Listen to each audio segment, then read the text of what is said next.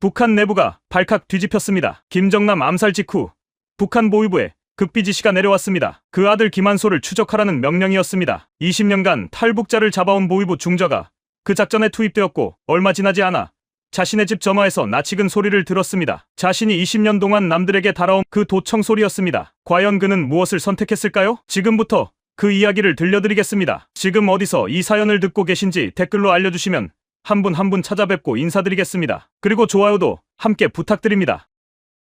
그 모든 것은 이렇게 시작되었습니다. 여러분, 저는 오늘 이 자리에서 한 가지 고백을 드리려 합니다. 평생 숨기고 싶었던 이야기, 하지만 이제는 반드시 해야만 하는 이야기입니다. 제가 지금부터 드리는 말씀은 꾸며낸 것이 아닙니다. 제가 직접 겪고, 직접 보고, 직접 느낀 것들입니다. 그리고 이 이야기의 끝이 어떻게 되었는지 지금 이 자리에서 살아 숨쉬며 이렇게 말씀드리고 있다는 것 자체가 그 답이 될 것입니다. 어르신들, 끝까지 들어주십시오. 저는 그날도 여느 때와 다름없이 아침 7시에 눈을 떴습니다. 청진시 중심계에 자리한 간부용 아파트, 12평짜리 공간. 일반 주민들은 평생 꿈도 꾸지 못할 그런 곳이었습니다. 전기는 하루도 끊기지 않았고 겨울철 난방도 언제나 따뜻했습니다. 저는 그것이 당연한 줄만 알았습니다. 아니, 그것이 당연하다고 믿고 싶었던 것이겠죠. 창밖으로 청진의 아침이 펼쳐졌습니다. 함경북도 청진시,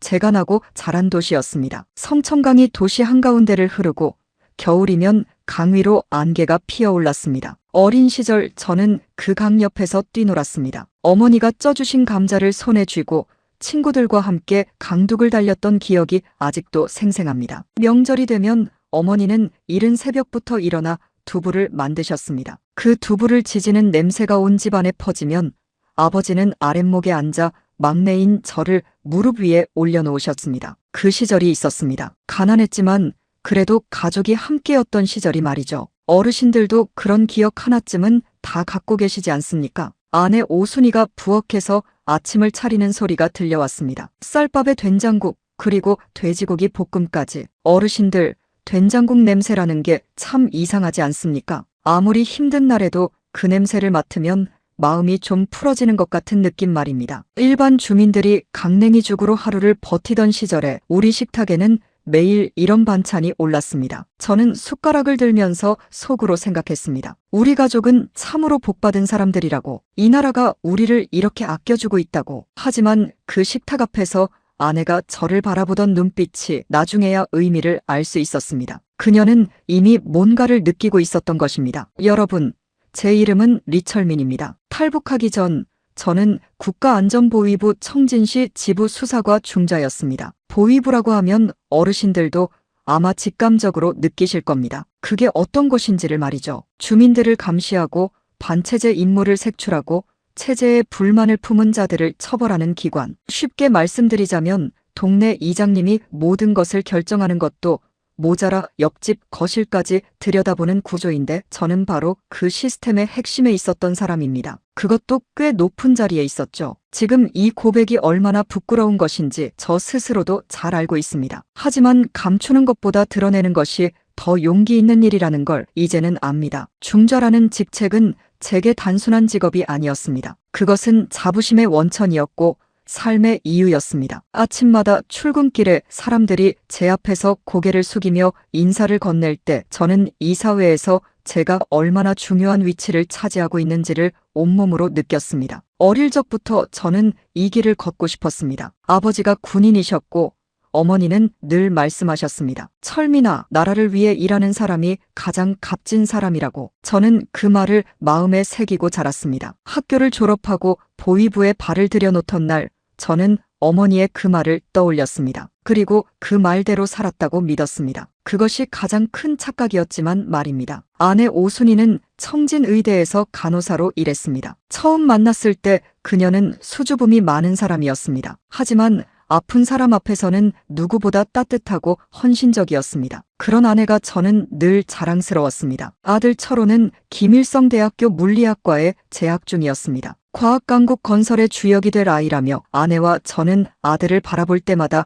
가슴이 벅찼습니다. 딸 은별이는 청진제일중학교에서 늘 우수한 성적을 유지했습니다. 학예회에서 피아노를 치는 은별이를 바라보던 날 저는 속으로 생각했습니다. 우리 가족은 정말 행복한 사람들이라고. 다른 것은 몰라도 이 가족만큼은 내가 반드시 지켜야 한다고. 그 다짐이 결국 저를 전혀 다른 길로 이끌게 될 줄은 몰랐습니다. 지금 생각해보면 그 행복이라는 것이 얼마나 허술한 모래성 위에 세워진 것이었는지 모릅니다. 그 모래성이 무너지기 시작한 것은 바로 그 평온한 아침 식탁 뒤에서였습니다. 제주된 업무는 함경북도 지역의 반체제 인물들을 감시하고 수사하는 것이었습니다. 체제에 불만을 품은 주민, 남조선 드라마를 몰래 보는 사람, 종교 활동을 하는 자, 탈북을 시도하려는 자들을 색출해내는 것이 저의 임무였습니다. 장마당, 그러니까 우리로 치면 재래시장 같은 곳에서 외부 영상물이 유통된다는 신고가 들어오면 즉시 출동했습니다. 중국에서 넘어온 손전화를 몰래 사용해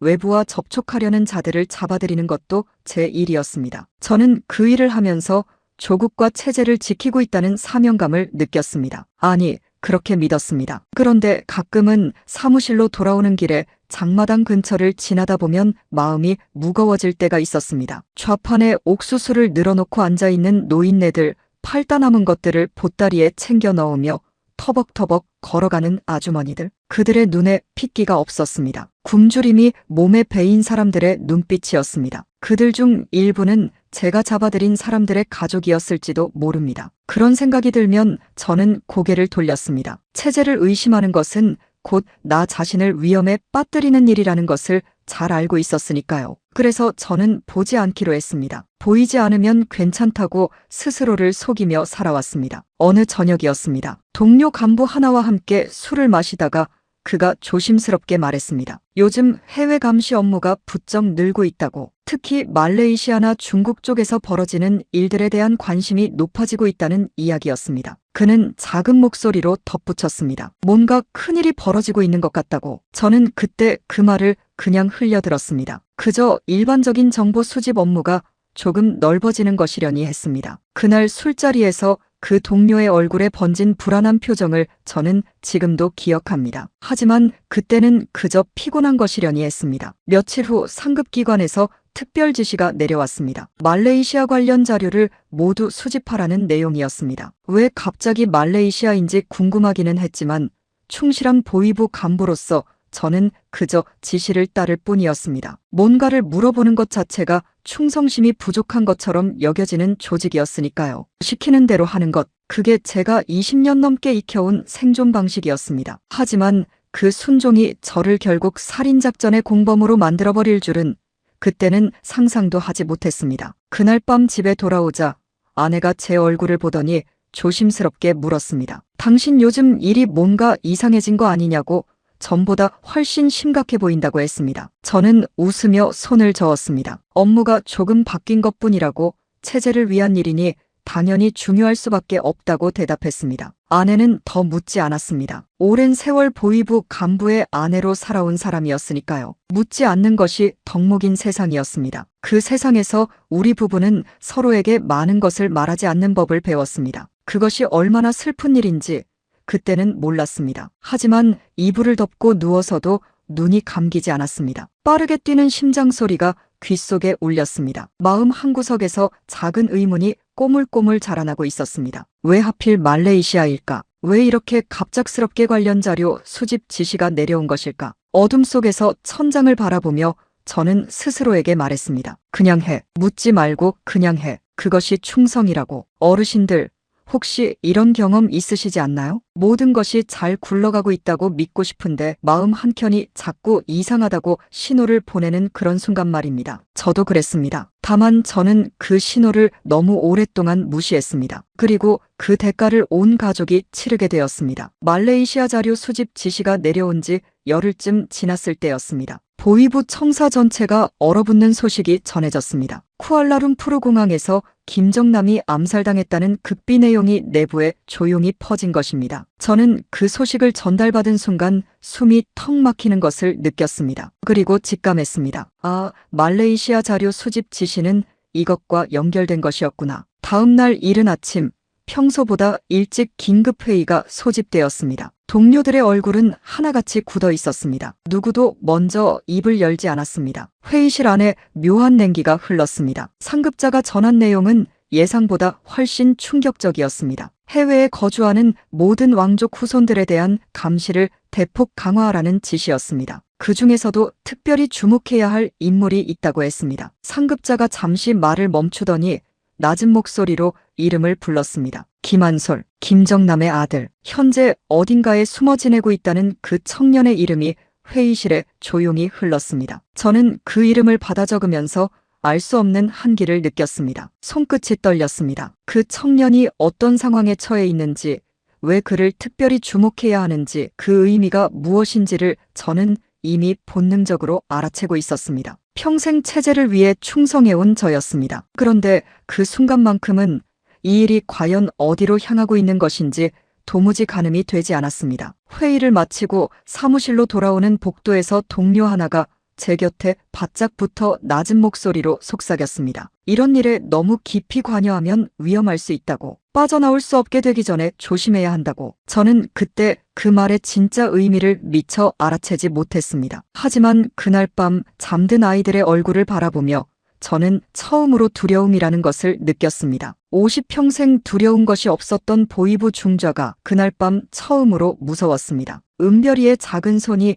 이불 밖으로 삐져나와 있었습니다. 저는 그 손을 살며시 이불 안으로 넣어주면서 혼자 다짐했습니다. 무슨 일이 있어도 이 아이들은 내가 지켜야 한다고. 철호는 곤히 자면서 작은 숨소리를 내고 있었고 아내는 피곤한 얼굴로 잠들어 있었습니다. 이 고요한 밤이 영원히 계속되기를 저는 간절히 바랐습니다. 하지만 운명은 그런 바람을 들어주지 않았습니다. 그것이 시작이었습니다. 제 인생이 완전히 뒤집히는 그 긴 여정의 첫걸음이었습니다. 그 이름이 회의실을 떠난 뒤에도 저는 한동안 그 자리에 멍하니 서 있었습니다. 김한솔. 불과 며칠 전까지만 해도 저와는 아무 상관없는 이름이었습니다. 이제 그 이름은 제 업무 파일 첫 장에 선명하게 적혀 있었습니다. 저는 그 파일을 서랍 안에 넣으면서 자신에게 말했습니다. 그냥 임무일 뿐이라고. 지금껏 해왔던 일들과 다를 것이 없다고. 하지만 파일을 덮는 손이 미세하게 떨리고 있었습니다. 하지만 그것은 달랐습니다. 상부에서 내려온 지시는 생각보다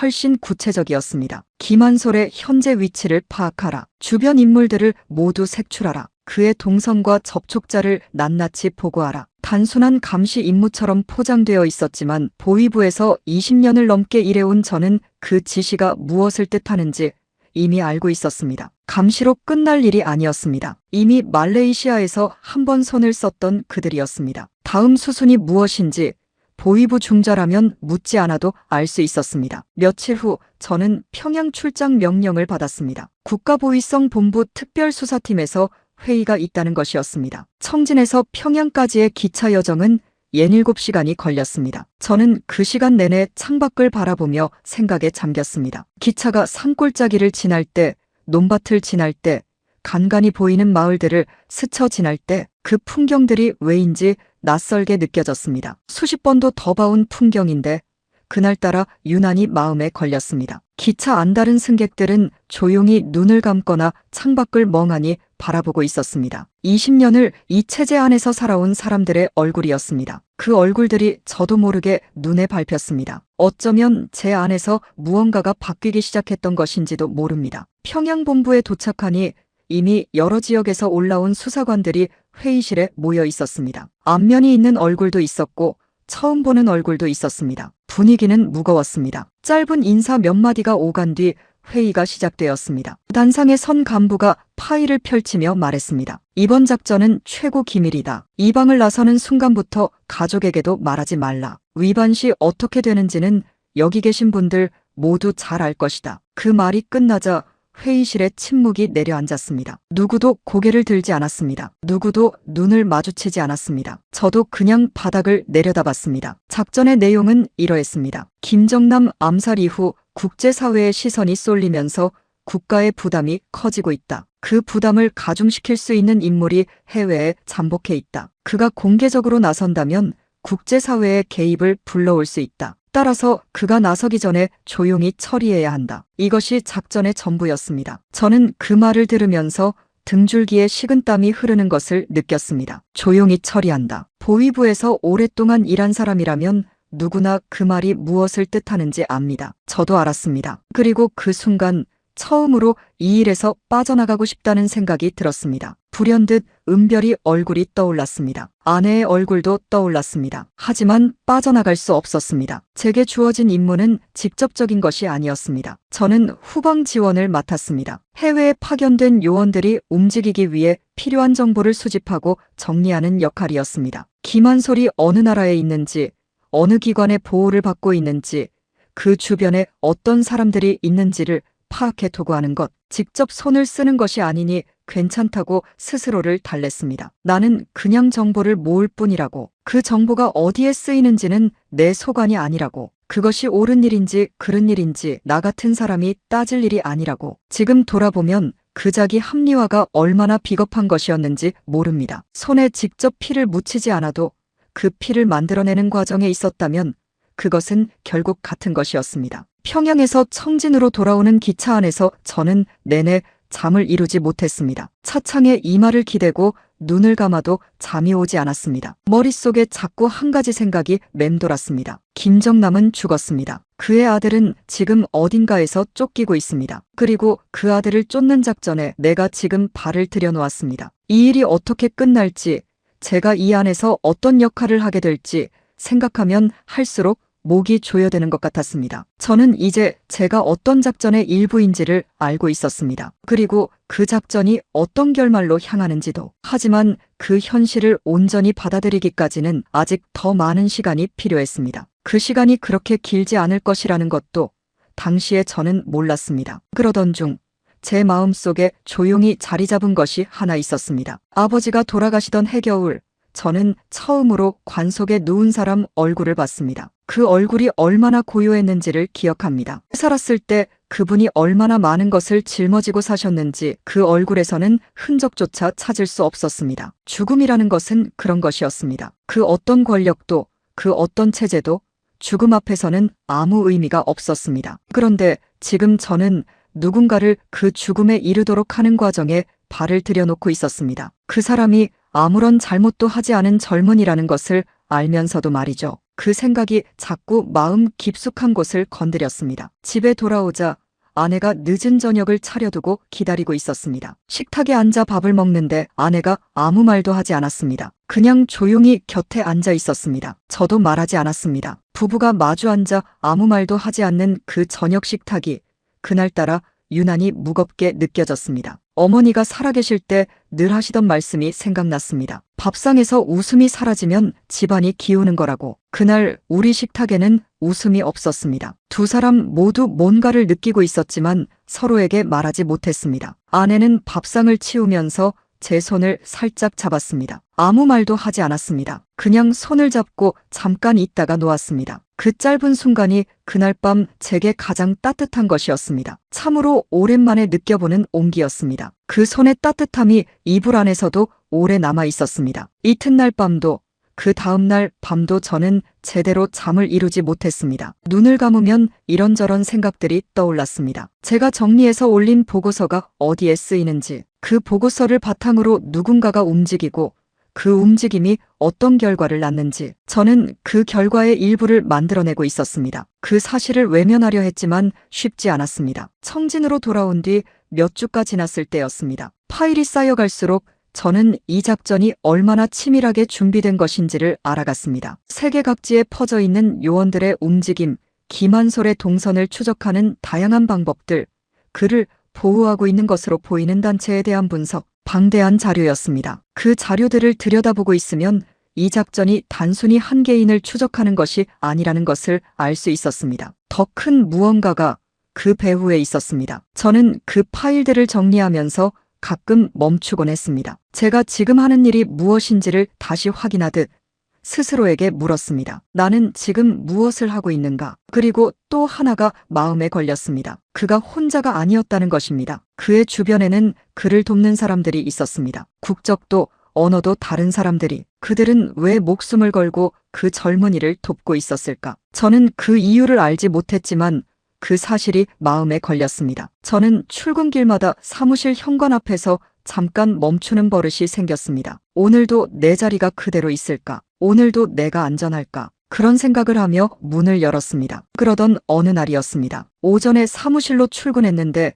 동료들의 표정이 어두웠습니다. 조심스럽게 물어보니 누군가가 속삭이듯 말해주었습니다. 리 과장이 평양으로 소환됐다고, 어제 저녁에 연행됐다고. 리 과장은 저와 함께 이번 작전에 투입된 동료였습니다. 우리는 같은 팀이었고 함께 자료를 검토하고 보고서를 작성해 왔습니다. 인상 좋고 꼼꼼한 사람이었습니다. 그의 아이가 올해 초등학교에 입학했다는 이야기를 며칠 전에 들었습니다. 기특하다며 웃음 짓던 그 얼굴이 떠올랐습니다. 그가 왜 소환됐는지 아무도 몰랐습니다. 하지만 보위부에서 누군가가 갑자기 소환되면 어떻게 되는지 우리는 모두 알고 있었습니다. 그리고 그의 가족이 어떻게 될지도 알고 있었습니다. 저는 그날 오후 내내 자리에 앉아서 서류를 들여다보는 척했지만 머릿속에서는 아무것도 정리되지 않았습니다. 리 과장이 사라진 이유가 무엇인지, 작전에 대해 뭔가 문제 제기를 했던 것인지, 아니면 그저 누군가의 눈밖에 난 것인지 아무것도 알 수 없었습니다. 퇴근 무렵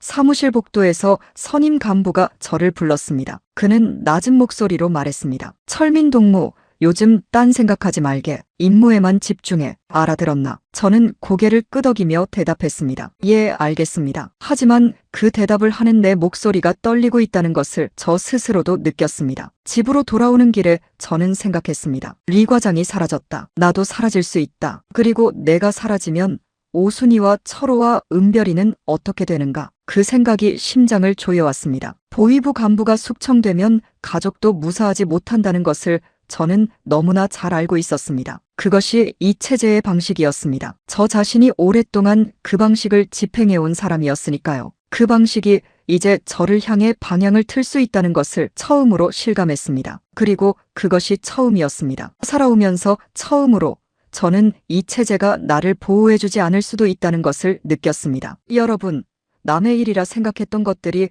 어느 날 갑자기 내일이 되는 순간이 있습니다. 저는 평생 그 방식의 바깥에 서 있다고 믿었습니다. 충성스러운 간부는 숙청되지 않는다고, 조용히 임무만 잘 수행하면 괜찮다고. 그런데 리 과장을 보면서 깨달았습니다. 이 안에서는 누구도 안전하지 않다는 것을. 체제가 가장 충성스럽다고 여겼던 사람들도 어느 날 이유 없이 사라지는 그곳이었습니다. 그날 밤 저는 아내에게 처음으로 조심스럽게 말을 꺼냈습니다. 요즘 사무실 분위기가 좋지 않다고, 조심해야 할 것 같다고. 아내는 말없이 저를 바라보더니 조용히 물었습니다. 우리 가족 괜찮겠어요? 저는 선뜻 대답하지 못했습니다. 괜찮다고 말하고 싶었습니다. 하지만 그 말이 입 밖으로 나오지 않았습니다. 처음으로 자신이 없었습니다. 그리고 그 자신 없음이 무언가를 바꾸기 시작했습니다. 20년이 넘도록 흔들린 적 없었던 제 안의 무언가가 그날 처음으로 흔들렸습니다. 처음으로 저는 지금까지 옳다고 믿어온 것들을 의심하기 시작했습니다. 리 과장이 사라진 뒤로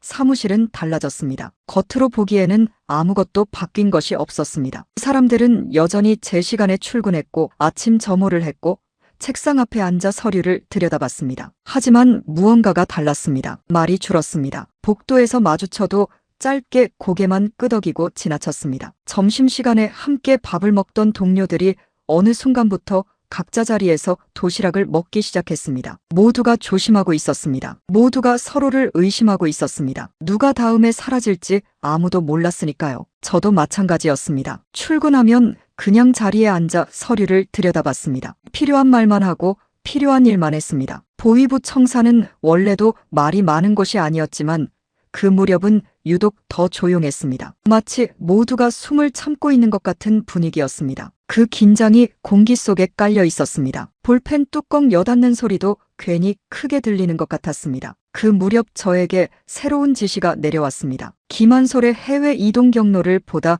정밀하게 파악하라는 것이었습니다. 단순한 위치 추적이 아니었습니다. 그가 주로 어떤 방법으로 이동하는지, 어떤 경유지를 이용하는지, 어느 시간대에 움직이는지를 모두 정리해 보고하라는 내용이었습니다. 제가 수집해온 자료들을 바탕으로 그 경로를 좁히는 작업이었습니다. 저는 그 지시를 받고 자리에 앉아 한참을 멍하니 있었습니다. 이동 경로, 주로 이용하는 경유지, 어느 시간대에 움직이는지, 이것은 더 이상 단순한 정보 수집이 아니었습니다. 누군가가 어딘가에 나타날 것을 미리 알고 기다리기 위한 정보였습니다. 그리고 기다리는 목적이 무엇인지 저는 이미 알고 있었습니다. 그때부터였습니다. 제가 하는 일의 실체를 제 손으로 직접 확인하게 된 것이. 저는 마치 연기 속에서 걷다가 갑자기 연기가 거치는 경험을 한 것 같았습니다. 오랫동안 흐릿하게 있던 것들이 한순간에 선명해지는 그 느낌 말입니다. 저는 자료들을 정리하면서 처음으로 제 손이 하는 일을 의식했습니다. 이 손이 지금 무엇을 만들어내고 있는지를. 보위부에서 20년 넘게 일하며 수많은 보고서를 썼습니다. 수많은 사람들의 동선을 파악하고 정리했습니다. 하지만 그 보고서들이 실제로 어떤 결과를 낳았는지를 이렇게 선명하게 의식한 것은 처음이었습니다. 그것이 두려웠습니다. 처음으로 두려웠습니다. 여러분, 사람이 자기가 하는 일의 의미를 모른 채로 살 수 있다는 것을 저는 압니다. 아니, 저 자신이 그렇게 살아왔으니까요. 20년 넘게 저는 그냥 했습니다. 그것이 옳으니까가 아니라 그것이 내 일이니까. 그런데 어느 날 문득 그 의미가 눈앞에 펼쳐지는 순간이 있습니다. 그날 저는 그 순간을 맞이했습니다. 일주일쯤 지났을 때였습니다. 해외에서 들어온 정보가 갱신되었습니다. 김한솔의 위치가 상당히 좁혀졌다는 내용이었습니다. 그가 거점으로 쓰고 있는 지역이 파악되었고 그 주변에 사람을 심었다는 내용도 있었습니다. 저는 그 보고서를 전달받은 날 저녁집에 돌아와서 밥을 먹지 못했습니다. 아내가 걱정스럽게 물었지만 저는 그냥 피곤하다고 했습니다. 그것이 사실이기도 했고 사실이 아니기도 했습니다. 밥 냄새가 속을 메스껍게 만들었습니다. 그날 밤 저는 처음으로 아버지 산소 생각을 했습니다. 아버지는 제가 중학교 때 돌아가셨습니다. 청진 외곽의 야트막한 언덕에 묻히셨습니다. 어머니와 함께 명절마다 찾아가던 그 산소. 억새풀이 우거지고 바람이 유독 세게 불던 그 언덕. 추석이 되면 어머니가 정성껏 준비한 제사밥을 차려놓고 아버지 묘소 앞에 절을 올리던 기억이 납니다. 어린 저는 그날 배가 불렀습니다. 성묘 음식이 맛있어서가 아니라 가족이 함께여서였을 것입니다. 아버지가 살아계셨다면, 지금 제가 하는 일을 보셨다면 뭐라고 하셨을까? 나라를 위해 일하는 사람이 가장 값진 사람이라고 하셨던 아버지라면 이 아들이 지금 무슨 일에 발을 들여놓고 있는지를 아셨다면 그 생각이 밤새 머릿속을 맴돌았습니다. 작전이 본격적으로 진행되면서 상부의 지시는 점점 더 구체적으로 바뀌었습니다. 접근 가능한 루트를 3가지로 정리하라. 각 루트의 장단점을 비교하라. 현지 요원이 투입될 경우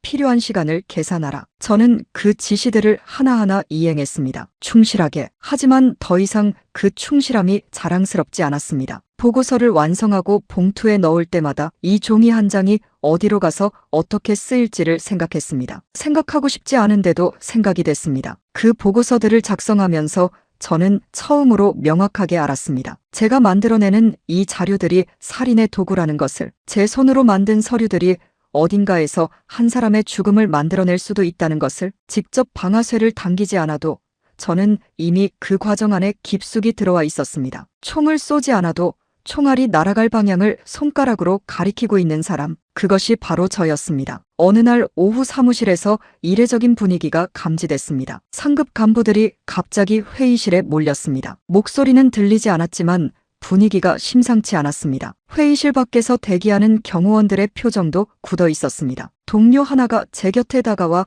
낮은 목소리로 말했습니다. 해외 쪽에서 작전이 틀어진 것 같다고. 자세한 내용은 모르지만 위에서 분위기가 매우 좋지 않다고 했습니다. 저는 그날 내내 아무것도 손에 잡히지 않았습니다. 서류를 들여다봐도 글자가 눈에 들어오지 않았습니다. 동료가 말을 걸어도 제대로 대답하지 못했습니다. 마음이 딴 곳에 가 있었습니다. 이틀이 지났습니다. 공식적인 발표는 없었습니다. 하지만 조금씩 새어나오는 이야기들을 통해 작전이 실패했다는 것을 알 수 있었습니다. 목표물에 접근하는 과정에서 경호 측에 노출된 것 같다고 했습니다. 요원들은 즉시 철수했고 김한솔은 이동한 것으로 보였습니다. 작전은 사실상 무산된 것이었습니다. 후일 알게 된 사실이지만 그를 보호하던 단체가 미리 경보를 받아 대피시켰다는 이야기도 있었습니다. 누군가가 그 청년을 끝까지 지키고 있었던 것입니다. 처음 그 소식을 들었을 때 저는 안도했습니다. 그 사실이 저 자신도 놀라웠습니다. 작전이 실패했다는 것에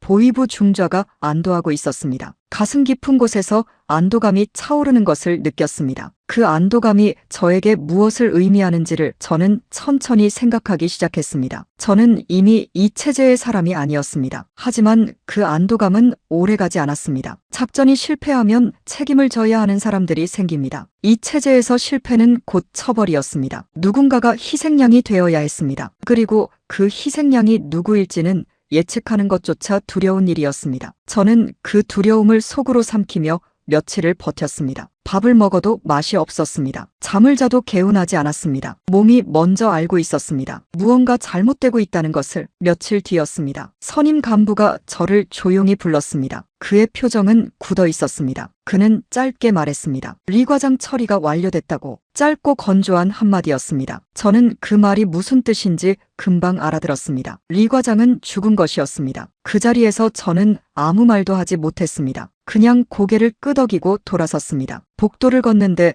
다리에 힘이 없었습니다. 화장실 문을 잠그고 세면대 앞에 섰습니다. 거울에 비친 제 얼굴이 낯설었습니다. 볼에 핏기가 없었습니다. 눈이 퀭했습니다. 저는 그 얼굴을 한동안 바라봤습니다. 이 얼굴의 사람이 과연 어디까지 이 체제 안에 있어야 하는가? 언제까지 이 안에 있을 수 있는가? 수도꼭지를 틀어 찬물을 두 손에 받았습니다. 얼굴에 끼얹었습니다. 차가운 물이 목줄기를 타고 흘러내렸습니다. 그래도 정신이 차려지지 않았습니다. 리 과장의 아이는 올해 초등학교에 입학했습니다. 그 아이는 이제 아버지 없이 자라야 합니다. 그 아이의 어머니는 보위부 간부의 아내였다는 이유로, 남편이 숙청됐다는 이유로 어떤 삶을 살게 될 것인지 저는 생각하기 싫었지만 생각이 저절로 이어졌습니다. 그것이 이 체제였습니다. 한 사람이 사라지면 그 주변 사람들도 함께 사라지는 체제였습니다. 제가 오랫동안 그 체제를 집행해왔고 이제 제가 그 체제의 대상이 될 수 있었습니다. 집에 돌아와서 저는 은별이 방으로 갔습니다. 아이는 숙제를 하고 있었습니다. 연필을 꼭 쥐고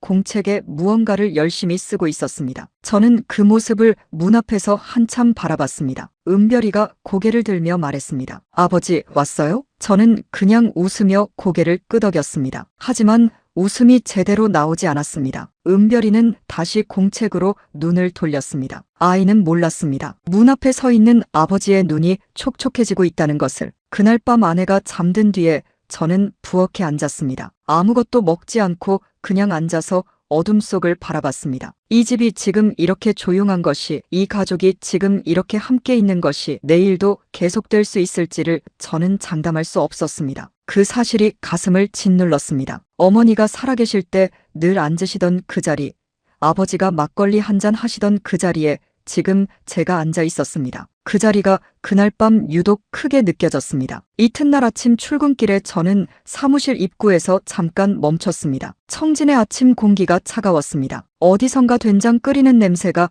바람에 실려왔습니다. 평범한 아침이었습니다. 하지만 저는 알고 있었습니다. 이 평범함이 이제 얼마 남지 않았을 수도 있다는 것을, 다음 차례가 나일 수도 있다는 것을. 그날 사무실에서 선임 간부로부터 새로운 지시가 내려왔습니다. 이번 작전과 관련된 모든 인원에 대한 신원 재검토가 시작된다는 내용이었습니다. 작전 실패의 원인을 파악하기 위해서라고 했습니다. 저는 그 말을 듣는 순간 가슴이 철렁 내려앉았습니다. 신원 재검토. 그것이 무엇을 의미하는지를 저는 너무나 잘 알고 있었습니다. 그 단어가 제 귓가에 오래 남았습니다. 퇴근길 내내 저녁 밥상 앞에서도 이불을 덮고 누운 뒤에도 리 과장이 사라지고 이제 저는 알게 되었습니다. 이 안에서 제가 계속 버틸 수 있는 것은 어디까지인지를, 그리고 그 한계가 이미 멀지 않은 곳에 와 있다는 것을. 신원 재검토가 시작되면 제 이름도 그 목록에 오를 것이었습니다. 작전에 깊이 관여한 사람들 중 누군가는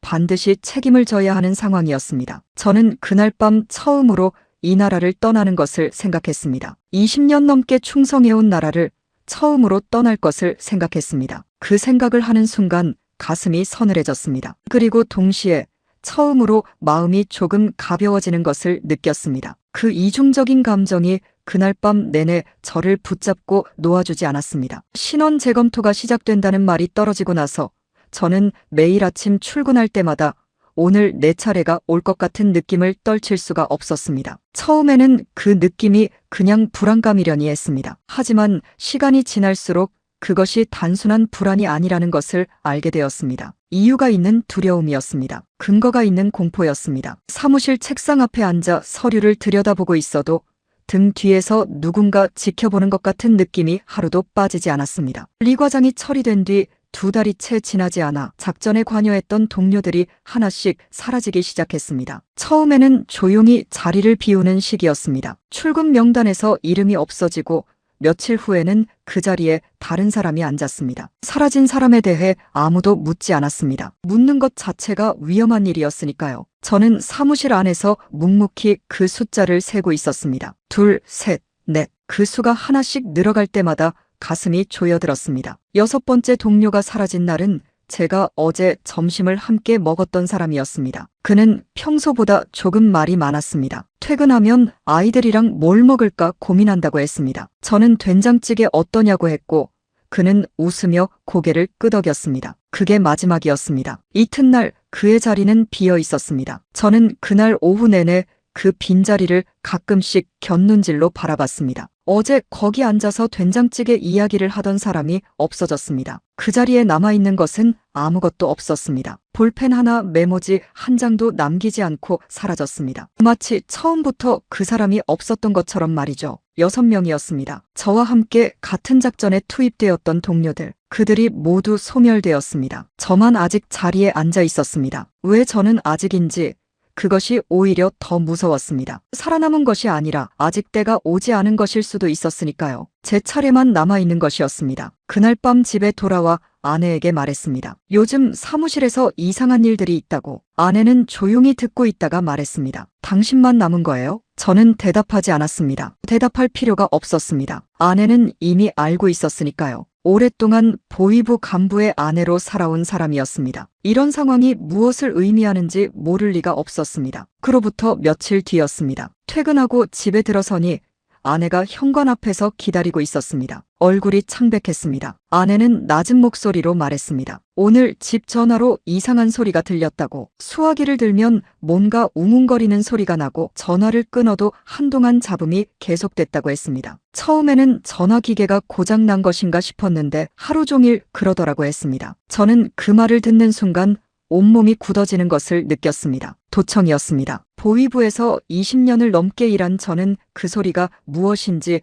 즉시 알 수 있었습니다. 제가 오랫동안 다른 사람들의 전화를 그 방식으로 감청해왔습니다. 이제 그것이 제 집 전화에 달려 있었습니다. 사냥개가 사냥감이 된 것이었습니다. 저는 아내에게 아무 말도 하지 않았습니다. 그냥 웃으며 괜찮다고 했습니다. 전화기계가 오래되어서 그러는 것일 거라고 했습니다. 하지만 아내의 눈빛은 제 말을 믿지 않았습니다. 저도 제 말을 믿지 않았습니다. 그날 밤 저는 잠을 이루지 못했습니다. 도청이 시작됐다는 것은 이미 조사가 진행 중이라는 뜻이었습니다. 제가 몇 달 전에 다른 사람들에게 했던 것과 똑같은 일이 지금 저에게 벌어지고 있었습니다. 그 사실이 둔한 공포가 되어 가슴에 앉아 있었습니다. 오래된 상처처럼 건드리면 쑤셨습니다. 이불 속에서 눈을 감고 있는데 온갖 생각이 파도처럼 밀려왔습니다. 집안의 전화를 통해 우리 가족의 대화가 고스란히 누군가의 귀에 들어가고 있다는 생각이 가슴을 무겁게 짓눌렀습니다. 아내가 부엌에서 혼자 중얼거리던 말들도, 은별이가 전화기를 붙들고 친구와 나눈 이야기들도 모두 어딘가의 기계에 담겼을 것입니다. 그것이 제가 오랫동안 남들에게 해왔던 일이었습니다. 이제 그 일이 제 가족에게 돌아왔습니다. 사흘 뒤였습니다. 아내가 직장에서 돌아오면서 조심스럽게 말을 꺼냈습니다. 철호에게서 연락이 왔다고. 대학교 보위과에서 철호를 불러 면담을 했다는 것이었습니다. 아버지 직장 생활에 대해 이것저것 물었다고 했습니다. 주변에 어떤 사람들이 찾아오는지, 집에서 무슨 이야기를 하는지. 아이는 영문을 모른 채 대답했을 것입니다. 22살 아이가 아버지가 조사를 받고 있다는 것도 모르고 순진하게 대답했을 것입니다. 아들이 조사를 받았다는 말에 저는 그 자리에서 주저앉고 싶었습니다. 다리에 힘이 빠졌습니다. 아이들까지, 이제 아이들에게까지 손이 뻗치기 시작했습니다. 보위부 간부가 조사를 받게 되면 가족도 함께 연루됩니다. 아내의 직장에서 조회가 들어오고 자녀의 학교에서 면담이 이루어집니다. 그리고 그 다음 수순은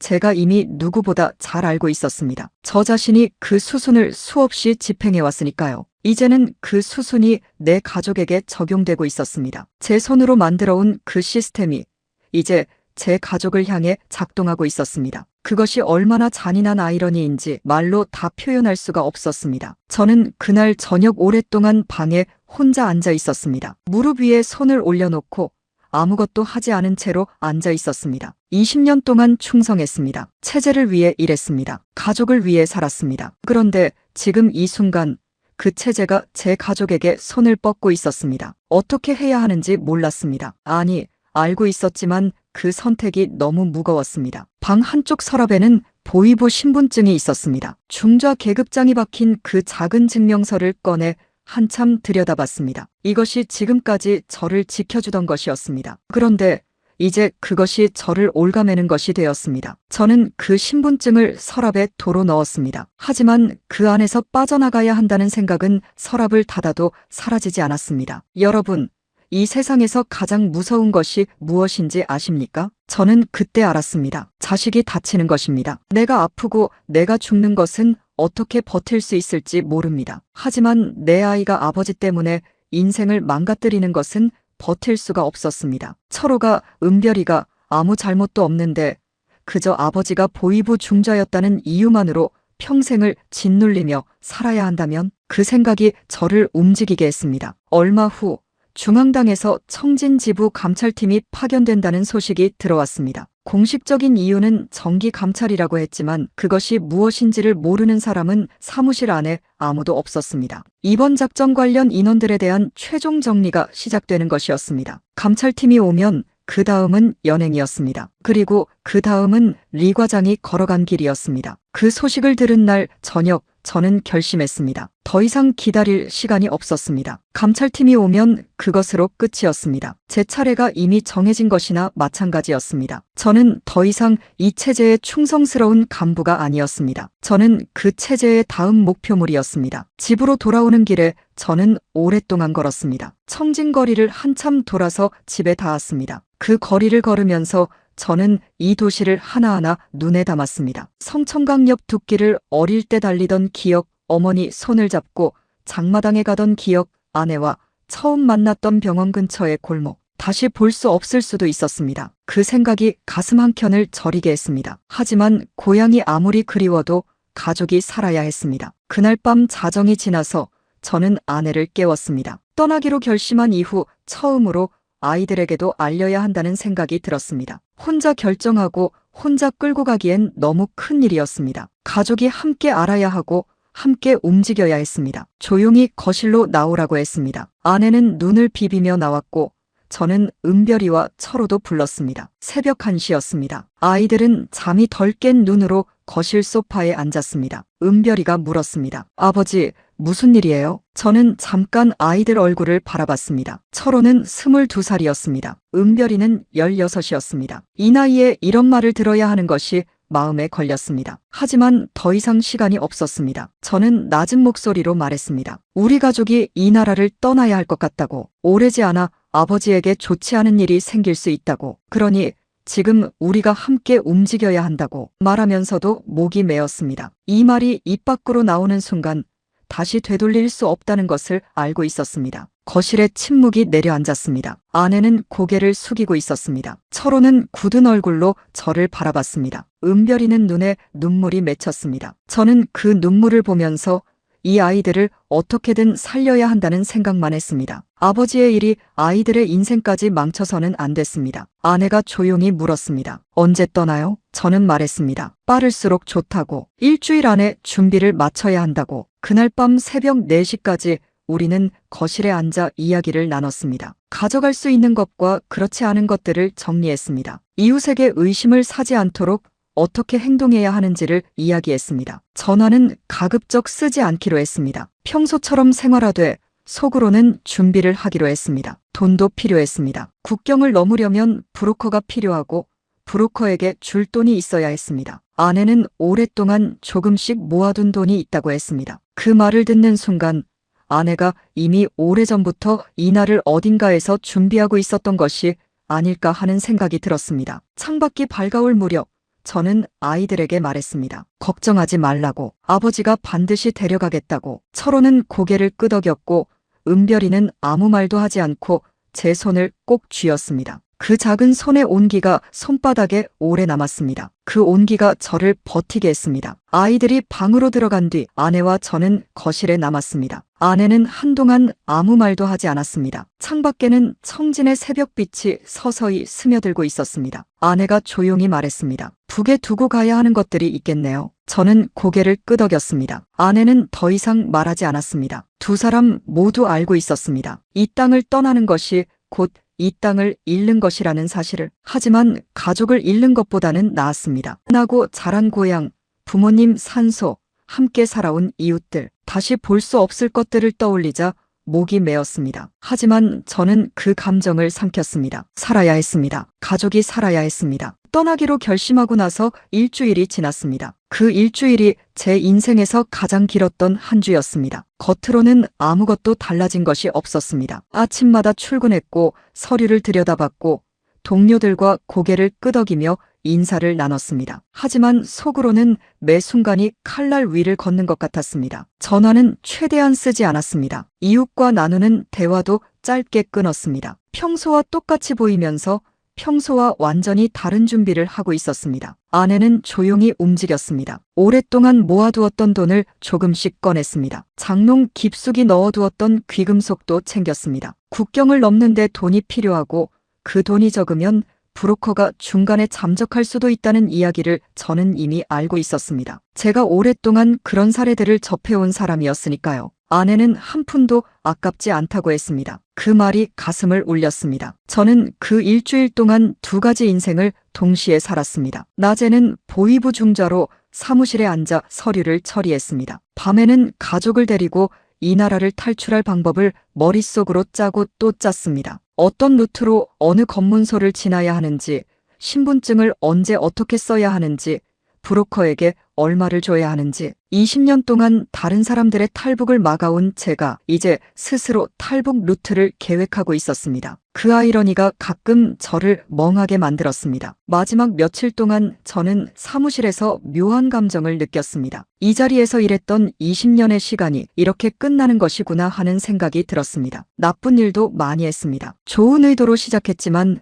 결국 남들을 힘들게 한 일들이 있었습니다. 그 빚을 어떻게 갚아야 하는지 저는 아직도 모릅니다. 철호는 학교를 마치고 돌아오면 밥을 먹고 방에 들어가 조용히 있었습니다. 평소와 다름없이 행동하라고 했지만 아이도 긴장하고 있다는 것을 알 수 있었습니다. 어느 날 저녁 철호가 제 방으로 들어와 조용히 물었습니다. 아버지, 우리 꼭 성공할 수 있죠? 저는 그 눈을 바라보며 고개를 끄덕였습니다. 반드시 그렇게 만들겠다고 마음속으로 다짐했습니다. 은별이는 말이 더 없어졌습니다. 아침마다 학교에 가면서 현관문을 나서기 전에 뒤를 한 번씩 돌아봤습니다. 그 눈빛이 마음에 박혔습니다. 출발하기 이틀 전, 저는 혼자 청진 외곽의 언덕으로 갔습니다. 아버지 산소가 있는 곳이었습니다. 억새풀이 바람에 흔들리고 있었습니다. 저는 아버지 묘 앞에 쪼그려 앉아 한참을 그러고 있었습니다. 말을 하려고 했는데 목이 막혀 아무 말도 나오지 않았습니다. 그냥 앉아서 손으로 묘 앞에 흙을 쓸었습니다. 흙이 차가웠습니다. 겨울 햇살이 언덕 위로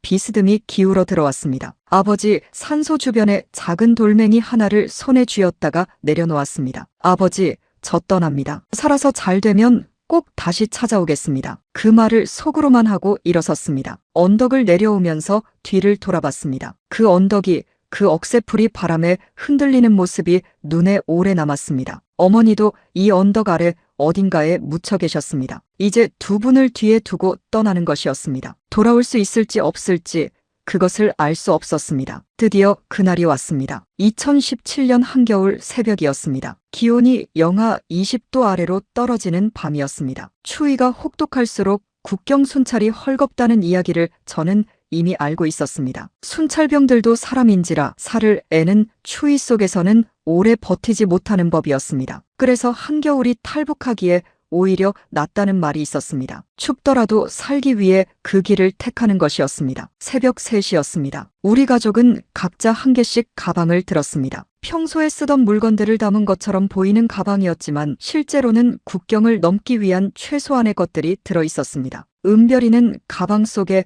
어릴 때부터 가지고 있던 작은 사진 한 장을 챙겼습니다. 가족 사진이었습니다. 철호는 할머니가 주셨다던 낡은 손목시계를 차고 나왔습니다. 아내는 부엌에서 마지막으로 무언가를 만들었습니다. 손바닥만 한 주먹 밥 4개였습니다. 가다가 배고프면 먹으라고. 그 말에 저는 아무 대답도 하지 못했습니다. 현관문을 나서면서 저는 집안을 한번 돌아봤습니다. 아내와 살아온 이 집, 은별이가 태어나서 자란 이 집, 철호가 중학교 시절 혼자 방에서 공부하던 이 집, 소파 위에 놓인 쿠션 하나, 부엌 선반 위에 된장 항아리, 그 평범한 것들이 순간 소중하게 보였습니다. 문을 닫았습니다. 청진 시내를 빠져나가는 것이 첫 번째 관문이었습니다. 저는 아직 보위부 신분증을 가지고 있었습니다. 그것이 마지막으로 쓸 수 있는 카드였습니다. 검문소에서 신분증을 내밀자 근무 중이던 군인이 잠시 들여다봤습니다. 저는 태연하게 말했습니다. 청진 지부 수사과 긴급 임무입니다. 군인은 잠시 저를 바라보다가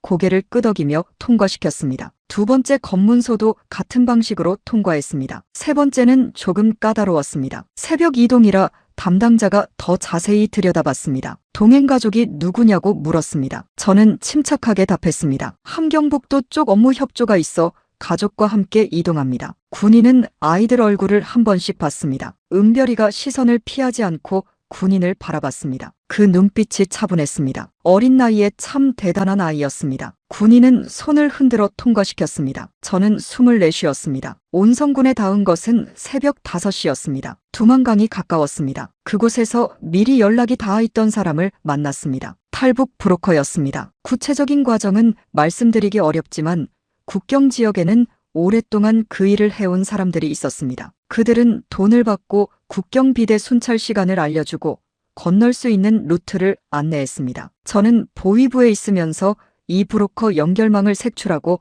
단속하는 일도 해왔습니다. 그런데 이제 제가 그 연결망에 도움을 받고 있었습니다. 세상 일이라는 것이 어디로 굴러갈지 정말 알 수 없다는 생각이 들었습니다. 브로커는 말이 없는 사람이었습니다. 우리를 한 창고 안으로 데려갔습니다. 집단과 농기구들이 쌓인 창고였습니다. 거기서 3시간을 기다렸습니다. 바닥에 깔린 집 위에 앉아서 기다리는 동안 은별이는 제 옆에 붙어 앉았습니다. 아이의 손이 차가웠습니다. 저는 두 손으로 감싸쥐었습니다. 창고 틈새로 바람이 새어 들어왔습니다. 아내가 가방에서 수건을 꺼내 은별이 어깨에 둘러주었습니다. 아무도 말을 하지 않았습니다. 그냥 기다렸습니다. 여러분, 그 침묵이 얼마나 무거웠는지 말로 표현하기가 어렵습니다. 창고 밖에서는 바람 소리만 났습니다. 강이 이제 얼마 남지 않았다는 것을 알면서도 그 강을 건너면 다시는 돌아올 수 없다는 것을 알면서도 가족 모두 아무 말도 하지 않았습니다. 그 침묵이 오히려 더 많은 것을 말해주고 있었습니다. 은별이가 가방에서 아까 담아온 주먹밥을 꺼내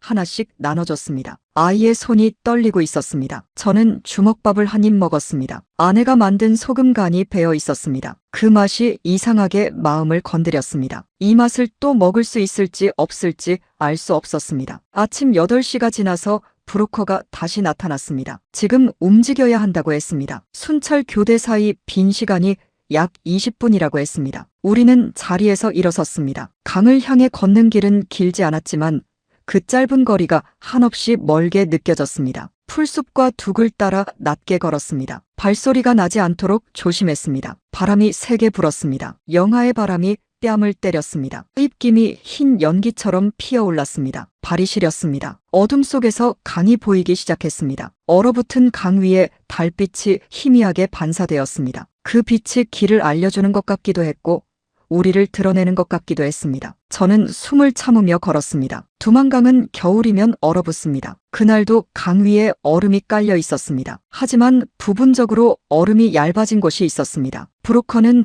이미 건널 수 있는 지점을 알고 있었습니다. 우리는 줄을 지어 강 위로 올라섰습니다. 얼음이 삐걱거렸습니다. 저는 은별이의 손을 잡았습니다. 아내는 철호의 팔을 붙들었습니다. 강 건너편이 보였습니다. 중국 땅이었습니다. 그 풀숲이 이렇게 가까운데 이렇게 멀게 느껴진 것은 처음이었습니다. 강 위에 올라서는 순간 저는 하늘을 한번 올려다봤습니다. 별이 많았습니다. 이 나라에서 바라보는 마지막 하늘이었습니다. 속으로 짧게 기도했습니다. 어릴 때부터 종교는 없었지만 그 순간만큼은 무언가에 매달리고 싶었습니다. 제발 우리 가족만 살려달라고. 강 가운데쯤에서였습니다. 갑자기 뒤쪽에서 소리가 들렸습니다. 누군가 고함을 지르는 소리였습니다. 저는 뒤를 돌아보지 않았습니다. 브로커가 빨리 뛰라고 했습니다. 우리는 뛰었습니다. 그때 총성이 울렸습니다. 한 발이었습니다. 공중을 향한 경고 사격이었는지 우리를 향한 것이었는지 알 수 없었습니다. 총소리가 얼어붙은 강 위에서 울리자 은별이가 짧게 비명을 질렀습니다. 저는 아이의 손을 더 꽉 잡고 뛰었습니다. 발밑에 얼음이 흔들렸습니다. 아내가 미끄러져 넘어졌습니다. 철호가 아내의 팔을 잡아 일으켰습니다. 우리는 멈추지 않았습니다. 강 건너편 두개 닿는데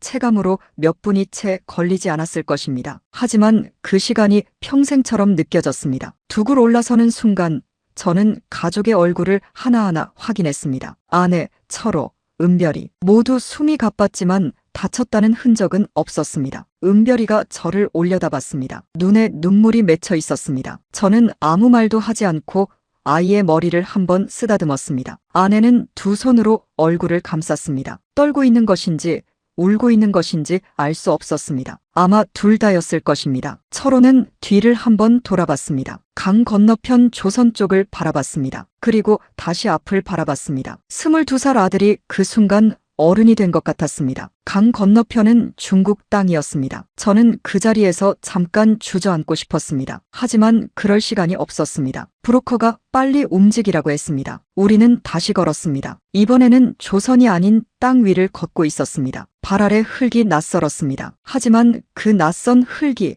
살아있다는 증거였습니다. 강을 건넌 뒤 한동안 아무도 말하지 않았습니다. 총성이 귀에 맴돌았습니다. 은별이는 제 손을 여전히 잡은 채로 걸었습니다. 그 손이 아까보다 따뜻해진 것 같았습니다. 아니면 제 손이 그렇게 느끼고 싶었던 것인지도 모릅니다. 조선 땅을 떠났습니다. 우리 가족이 살기 위해 조선을 떠났습니다. 중국 땅을 처음 밟았을 때 저는 이제 살았다고 생각했습니다. 그 생각이 얼마나 순진한 것이었는지를 며칠이 지나지 않아 알게 되었습니다. 중국은 우리에게 자유로운 땅이 아니었습니다. 탈북자는 중국 법상 난민이 아닌 불법 체류자로 분류됩니다. 발각되는 순간 북한으로 강제 송환됩니다. 그 사실을 알고 있었지만 막상 그 땅에 발을 딛고 나서야 그것이 어떤 의미인지를 몸으로 실감했습니다. 우리는 자유를 찾아 나왔지만 중국 땅에서도 숨어 다녀야 하는 신세였습니다. 브로커는 우리를 국경에서 얼마 떨어지지 않은 조선족 마을로 데려갔습니다. 조선족이라는 분들은 중국에 살고 있지만 우리와 같은 핏줄을 가진 분들입니다. 말도 비슷하고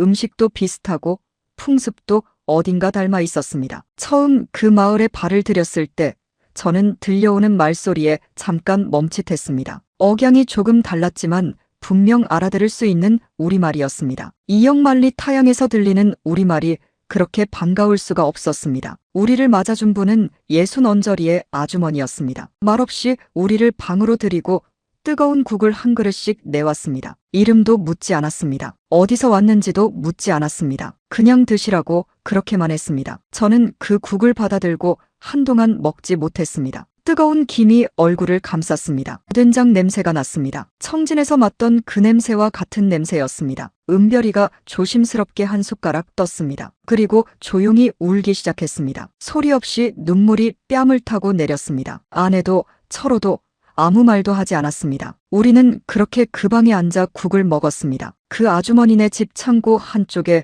우리 가족이 머물 공간이 마련되었습니다. 창문이 없었습니다. 사람이 지나다니는 소리가 들리면 말을 하면 안 됐습니다. 기침도 참아야 했습니다. 낮에는 거의 누워 있어야 했고 밤에도 불을 켜지 않았습니다. 중국 공안이 조선족 마을을 주기적으로 단속하기 때문에 탈북자들이 발각되면 곧바로 북송된다는 것을 브로커에게 들었습니다. 북송되면 어떻게 되는지 저는 누구보다 잘 알고 있었습니다. 이틀쯤 지났을 때였습니다. 아주머니가 방으로 들어와 낮은 목소리로 말했습니다. 지금 마을 입구 쪽에 낯선 사람들이 왔다고. 조선 쪽에서 넘어온 것으로 보이는 사람들이 마을 안쪽으로 들어오고 있다고 했습니다. 저는 그 말을 듣는 순간 등줄기가 싸늘해졌습니다. 보위부 추적팀이었습니다. 탈북자가 나오면 보위부는 즉시 추적팀을 파견합니다. 특히 저처럼 내부 기밀에 접근했던 인물이라면 추적의 강도는 더욱 강합니다. 그들이 국경을 넘어 중국까지 추적해온다는 것은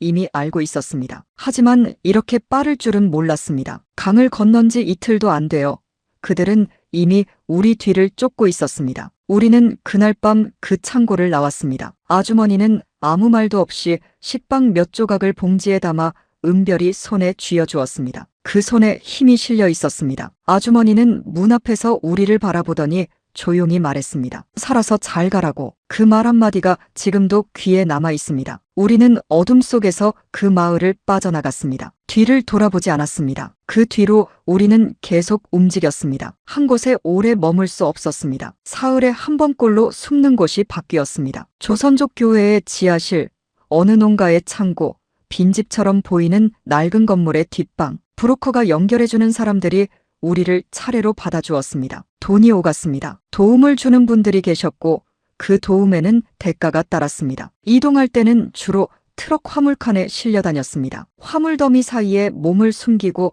몇 시간씩 이동하는 날이 많았습니다. 환기가 제대로 되지 않아 숨이 막혔습니다. 은별이가 입을 막고 기침을 참았습니다. 아내는 철호선을 꼭 잡고 눈을 감고 있었습니다. 그 화물칸 안에서 몇 시간이고 덜컹거림을 견디는 것이 그 여정의 일상이었습니다. 어느 날 밤에는 트럭이 검문소 앞에 멈춰 서는 바람에 가슴이 내려앉기도 했습니다. 꽁안이 화물칸을 간단히 훑어보고 지나쳤습니다. 저는 그 순간 숨을 죽이며 하늘에 기도했습니다. 제발 이 한 번만 무사히 넘겨달라고, 살아서 나가게 해달라고. 어릴 때부터 기도라는 것을 해본 적 없는 사람이었지만 그 화물칸 안에서 저는 하루에도 수십 번씩 기도했습니다. 중국 땅에 있는 동안은 언제나 신분을 숨겨야 했습니다. 밖으로 나가는 것이 허용되지 않는 날들이 대부분이었습니다. 은별이는 창문도 없는 방에서 꼼짝없이 앉아 있어야 했습니다. 바깥바람도 쐬지 못하고 소리도 내지 못했습니다. 16살 아이가 그 상황을 버티는 것이 쉽지 않았을 것입니다. 그런데도 한 번도 불평을 하지 않았습니다. 그 아이가 대단했습니다. 어느 날 아침 은별이가 작은 목소리로 노래를 흥얼거렸습니다. 어릴 때 제가 자주 불러주던 노래였습니다. 저는 그 소리를 듣고 가슴이 먹먹해졌습니다. 그 아이는 그렇게 스스로 버티고 있었던 것입니다. 철호는 조용히 이것저것 도왔습니다. 짐을 들고 이동할 때 앞장서고 브로커와 소통을 거들었습니다. 22살 아이가 그 상황에서 아버지 옆에서 버텨주었습니다. 고맙다는 말을 제대로 하지 못했습니다. 그것이 지금도 마음에 걸립니다. 중국에서 지내는 동안 가장 힘들었던 것은 몸이 아니었습니다. 마음이었습니다. 몸은 버티는 방법이라도 있었습니다. 하지만 마음을 버티는 방법은 아무도 가르쳐주지 않았습니다. 우리가 쫓기는 사람들이라는 사실, 신분을 숨기고 살아야 한다는 사실, 공안에게 발각되면 북으로 끌려간다는 사실, 그것이 하루 종일 머릿속을 짓눌렀습니다. 밥을 먹다가도 잠을 청하다가도 그 생각이 떠올랐습니다. 아이들은 겉으로 내색하지 않으려 했지만 얼굴에서 웃음이 사라진 지 오래였습니다. 은별이가 가끔 혼자 앉아 먼 곳을 바라보는 눈빛을 보면 저는 말을 걸기가 어려웠습니다. 그 나이에 저런 생각을 하고 있는 것인가 싶어서요. 그 중에서 기억나는 분이 있습니다. 50대 중반쯤 되어 보이는 조선족 목사님이었습니다. 작은 집에 혼자 사시는 분이었는데 우리를 방 하나에 들이고 며칠을 머물게 해주셨습니다. 아침마다 식사를 챙겨주시고 아이들이 심심하지 않도록 오래된 책도 몇 권 갖다 주셨습니다. 어느 날 저녁에는 은별이에게 성경 이야기를 조용히 들려주셨습니다. 은별이는 그 이야기를 눈을 동그랗게 뜨고 들었습니다. 저도 그 말씀을 옆에서 들었습니다. 오랫동안 들어보지 못했던 종류의 이야기였습니다. 북한에서는 종교를 가질 수 없었습니다. 신이라는 것, 기도라는 것, 구원이라는 것, 그런 개념들이 저에게는 낯설었습니다. 하지만 그날 저녁 목사님이 들려주시는 이야기를 듣다 보니 사람이 절박한 순간에 무언가에 기대고 싶어지는 것이 무엇인지 조금은 알 것 같았습니다. 저도 두만강을 건너던 그 밤 하늘을 보며 기도했으니까요. 저에게는 아무것도 바라지 않는다고 하셨습니다. 그냥 같은 핏줄이니까 돕는 거라고 그렇게 말씀하셨습니다. 저는 그 말을 들으면서 처음으로 부끄러웠습니다. 아무 연고도 없는 분이 위험을 무릅쓰고 우리를 도와주고 있었습니다. 저는 20년 동안 이 나라를 위해 일했다고 믿었는데 정작 아무 연고도 없는 이분이 더 사람다운 일을 하고 있었습니다. 우리에게 해가 될 이유가 전혀 없는 분이 오히려 자기 집을 내어주고 밥을 해주셨습니다. 한국말로 동포라는 말이 있지 않습니까? 같은 핏줄끼리 서로 돕는다는 그 말의 의미를 저는 그때 처음으로 실감했습니다. 여러분, 살다 보면 아무 이유 없이 손을 내밀어주는 사람이 있습니다. 그 손이 얼마나 소중한지는 아무도 손 내밀어주지 않는 상황에 처해봐야 알 수 있습니다. 저는 그때 그걸 알았습니다. 그리고 이 나라 대한민국에 와서 그 손길이 얼마나 많았는지를 돌아보면서 다시 한번 알게 되었습니다. 한 달쯤 지났을 때였습니다. 아내의 몸 상태가 좋지 않았습니다. 추위 속에서 계속 이동하고 제대로 먹지 못하고 잠도 제대로 자지 못한 탓이었습니다. 열이 올랐습니다. 이불을 덮어주고 이마에 찬 물수건을 올려주는 것이 제가 할 수 있는 전부였습니다. 약을 구할 수 있는 형편이 아니었습니다. 은별이가 하루 종일 어머니 곁에 붙어 앉아 있었습니다. 손을 잡고 가만히 있었습니다. 그 모습을 보면서 저는 처음으로 이렇게 해서 정말 되는가 싶었습니다. 아이들을 살리려고 한 결정이 아이들을 더 힘들게 하는 것이 아닌가 싶었습니다. 아무것도 확실한 것이 없었습니다. 앞이 보이지 않았습니다. 그 밤이 그 긴 여정에서 가장 어두운 밤이었습니다. 저는 누워서 천장을 바라봤습니다. 천장에는 아무것도 없었습니다. 그냥 낡은 나무 판자가 있을 뿐이었습니다. 그 위로 아이들 얼굴이 겹쳐 보였습니다. 철호, 은별이. 이 아이들을 어떻게든 살려야 한다는 생각이 다시 한번 뚜렷하게 올라왔습니다. 포기할 수 없었습니다. 절대로 포기할 수 없었습니다. 다행히 아내는 사흘 만에 열이 내렸습니다. 은별이는 어머니 열이 내리자 처음으로 웃었습니다. 그 웃음이 그 며칠 동안 가장 환한 것이었습니다. 저도 모르게 눈가가 뜨거워졌습니다. 아내가 일어나 앉아 미음을 한 그릇 받아먹는 것을 바라보면서 저는 처음으로 이 여정이 끝날 수 있겠다는 생각을 했습니다. 작은 것에서 희망을 찾는다는 것이 이런 것이구나 싶었습니다. 살아있다는 것이 그 자체로 이미 충분한 것이었습니다. 브로커와 다시 연락이 닿았습니다. 중국에서는 계속 버티기가 어렵다고 했습니다. 단속이 강해지고 있고 우리를 추적하는 움직임이 여전히 포착된다고 했습니다. 한국으로 가려면 더 남쪽으로 이동해야 한다고 했습니다. 동남아시아를 거쳐야 한다고. 쉽지 않은 길이지만 그것이 가장 안전한 루트라고 했습니다. 미얀마를 지나 태국으로 들어가면 태국에 있는 한국 대사관이나 영사관에 도움을 요청할 수 있다고 했습니다. 태국은 탈북자에게 비교적 관용적인 나라라고도 했습니다. 그 말이 처음으로 출구처럼 들렸습니다. 그 말을 들은 날 밤 저는 아이들에게 아직 갈 길이 멀다고 말했습니다. 철호는 고개를 끄덕였습니다. 은별이는 그래도 우리 꼭 갈 수 있죠? 하고 물었습니다. 저는 그렇다고 했습니다. 반드시 간다고 했습니다. 그 말이 약속이 되었습니다. 저 자신에게 하는 약속이기도 했고 아이들에게 하는 약속이기도 했습니다. 그 말을 하면서 저는 스스로에게도 다짐했습니다. 여기서 주저앉으면 안 된다고. 이 아이들을 데려가야 한다고. 그 다짐이 이후로도 오랫동안 저를 붙잡아 주었습니다. 동남아시아를 거쳐 한국으로 간다는 것이 그때 제가 품은 유일한 희망이었습니다. 그 희망 하나를 붙잡고 저는 다시 일어섰습니다. 반드시 살아서 그곳에 닿아야 했습니다. 중국을 벗어나는 것이 이 여정의 다음 관문이었습니다. 브로커는 미얀마를 거쳐 태국으로 들어가는 루트를 안내했습니다. 그 루트를 택하는 이유가 있었습니다. 태국은 탈북자들이 자수하면 일정 기간 억류 후 한국으로 보내주는 관행이 있었습니다. 중국처럼 즉각 북송하지 않는다는 것이었습니다. 물론 보장은 없었습니다. 하지만 그것이 우리가 선택할 수 있는 가장 현실적인 길이었습니다. 이 길이 끝이 아닐 수도 있었지만 끝에 닿을 수 있는 길은 이것뿐이었습니다. 중국 남부를 가로지르는 이동은 길고 험했습니다. 기차를 타기도 하고 버스를 타기도 하고 다시 트럭을 타기도 했습니다. 합법적인 이동이 아니었기 때문에 이동 수단이 바뀔 때마다 브로커를 통해 다른 사람의 손을 거쳤습니다. 그 손들 각각에 돈이 지불되었습니다. 아내가 챙겨온 돈이 조금씩 줄어갔습니다. 우리가 얼마나 더 버틸 수 있을지 저는 이동할 때마다 속으로 가늠했습니다. 이동하는 내내 저는 가족을 살펴봤습니다. 아내의 얼굴에 생기가 없었습니다. 은별이는 말이 없었습니다. 철호는 피곤한 기색을 내색하지 않으려 했지만 눈 밑에 그늘이 깊어져 있었습니다. 저도 마찬가지였습니다. 언제부터인가 거울을 봐도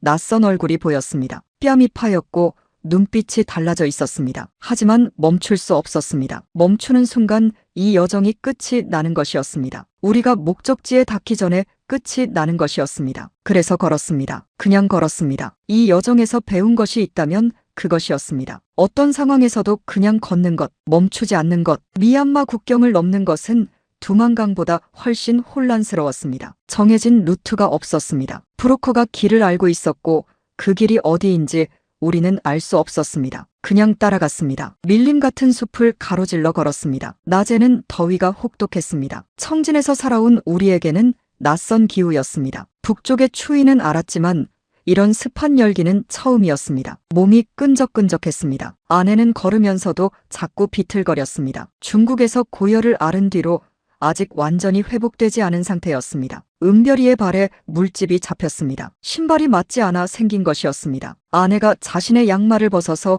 은별이 발에 감아주었습니다. 아내는 맨발에 가까운 상태로 걸었습니다. 저는 그때 아무 말도 하지 못했습니다. 할 수 있는 것이 없었습니다. 그냥 걸었습니다. 아버지라는 사람이 할 수 있는 것이 그냥 같이 걷는 것밖에 없다는 것이 가슴을 짓눌렀습니다. 미얀마를 통과해 태국 국경 지역에 닿았을 때 저는 처음으로 끝이 보이는 것 같았습니다. 태국만 들어가면 어떻게든 되겠다는 생각이 들었습니다. 브로커도 태국에만 들어가면 이쪽 역할은 끝이라고 했습니다. 그 말이 반갑기도 하고 불안하기도 했습니다. 여기까지 오는 동안 우리는 여러 사람의 손을 거쳤습니다. 그 중에는 진심으로 돕는 사람도 있었고 돈만 보고 움직이는 사람도 있었습니다. 어느 쪽인지를 알 수 없는 채로 그 사람들을 믿고 따르는 것이 이 여정이었습니다. 믿을 수밖에 없었습니다. 다른 방법이 없었으니까요. 그런데 태국 국경 지역의 도시에서 예상치 못한 일이 벌어졌습니다. 새로운 브로커가 나타났습니다. 처음 우리를 안내하던 브로커와는